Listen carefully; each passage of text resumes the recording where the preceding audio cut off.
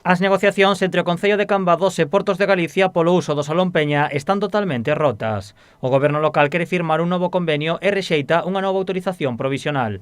Ademais, o bipartito acudirá ao contencioso administrativo debido á reclamación de 50.000 euros que a autoridade portuaria solicita polo uso do salón. Nós lle alegamos que esa tasa non se axusta a lei, porque está exenta, o Concello está exenta de abonar esa tasa, e entendíamos que non nos la tiñan que cobrar. Ademais, que entendemos que temos que firmar unha nova concesión para cos novos usos que ten autorizado DEU, porque a autorización que temos temporal refírese a uns usos anteriores, a uns usos que xa non están en vigor.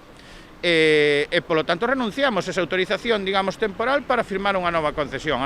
Dende o Concello presentarán un escrito á Consellería solicitándolle que medien as negociacións.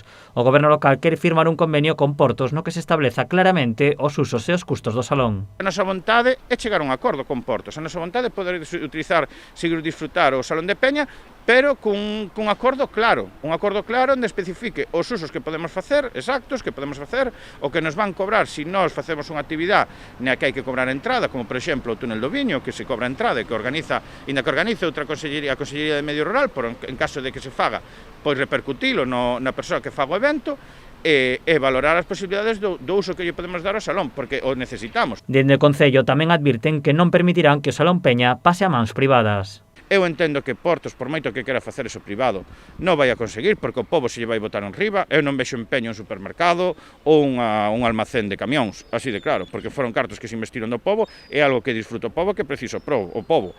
E se pretenden facer eso, vas a topar co pobo de Cambados en contra. A contestación de Portos de Galicia non se fixa agardar. Dende a autoridade portuaria tenderon a man ao Concello para que manteña a concesión da instalación.